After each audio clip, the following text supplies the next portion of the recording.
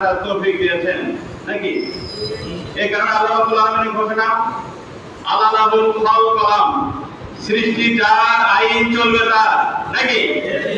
আমরা প্রতিদিন পারবো না, যেহেতু সেক্রেটারি বলেছেন আমরা কিন্তু এক একটা ঘরে এক একটা আইকন আমরা মসজিদের মেহরাব থেকে এরকম আওয়াজ করতে চাই, সৃষ্টি যার, আইন চলবে তার। শুধু মসজিদের ভিতরে আল্লাহর আইন চলবে না, জজ কোর্টে আল্লাহর আইন চলবে, সুপ্রিম কোর্টে আল্লাহর আইন চলবে, থানাতে আল্লাহর আইন চলবে, এমনকি সংসদেও আল্লাহর আইন চলবে, কোরআনের শাসন অনুযায়ী সংসার চলবে। এই জন্য আপনাদের ভূমিকা পালন করতে হবে।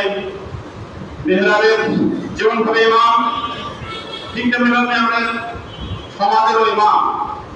এক্ষেত্রে আপনার আমার তিনটা দায়িত্ব পালন করতে হবে। এক নম্বর দায়িত্ব হচ্ছে টেকসই ভোটার তৈরি। কেন টেকসই ভোটার তৈরি?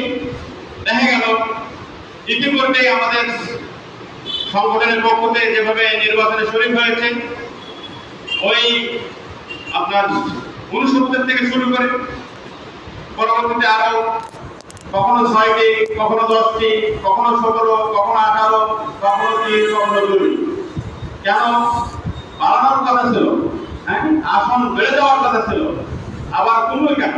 কারণ আমরা যাদেরকে ভোটার তৈরি করেছিলাম আবশ্যিক টেকসই ভোটার তৈরি করতে পারেনি বলে তারা কখনো একটি সিগারেটের মাধ্যমে ভোট বিক্রি করে দিয়েছে।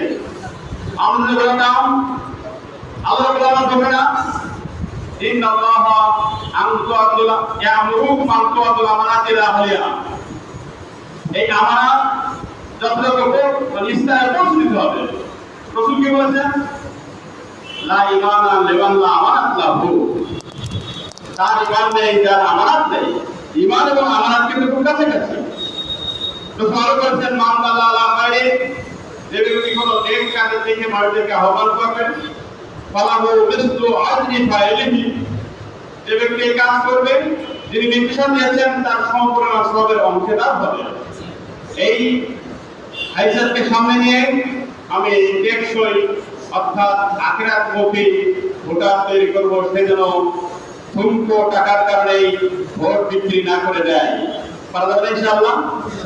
2 নম্বর, এই টেকসই ভোটার তৈরি করে আমি পাহারা দিয়ে রাখবো, ভোট কেন্দ্র পর্যন্ত তাদেরকে নিয়ে যাব। সাথে